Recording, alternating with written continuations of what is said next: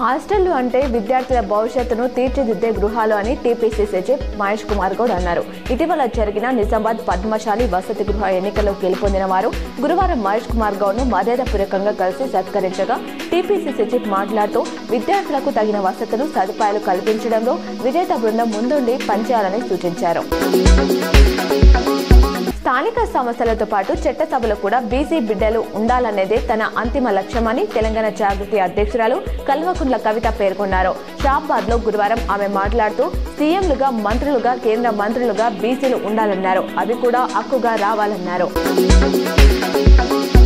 Greater నోయిడాలో జరిగిన world boxing championship లో నిక్కర్ Charan gold medal సాధించడంపై మంత్రి పొన్నం ప్రభాకర్ హర్షం వ్యక్తం చేశారు. బాక్సర్ నిక్కర్ చరణ్ మరోసారి తెలుగు జాతి గౌరవాన్ని ఖండాంతరాలు దాటించిందని మంత్రి అభినందించారు. నిక్కర్ చరణ్ భవిష్యత్తులో మరెన్నో అంతర్జాతీయ పోటీల్లో పతకాలు సాధించి దేశ రాష్ట్రాల ప్రతిష్టను మరింత ఎత్తుకు తీసుకెళ్లాలని ఆకాంక్షించారు. ఈశాన్య రాష్ట్రాలతో సత్సంబంధాలను మరింత పటిష్టం చేస్తామని సీఎం రేవంత్ రెడ్డి తెలిపారు.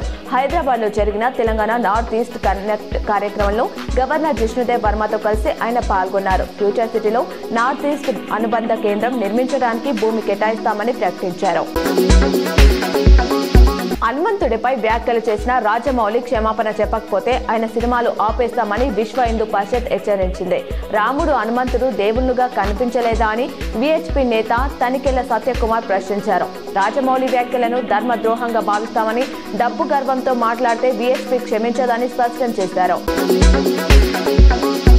₹20 కోట్ల సిఆర్ఆర్ 2025-26 నిధులు మంజూరు చేయాలని మంత్రి సీతక్కకు నిజామాబాద్ రూరల్ ఎమ్మెల్యే భూపత్ రెడ్డి గురువారం వినతి పత్రం అందజేశారు.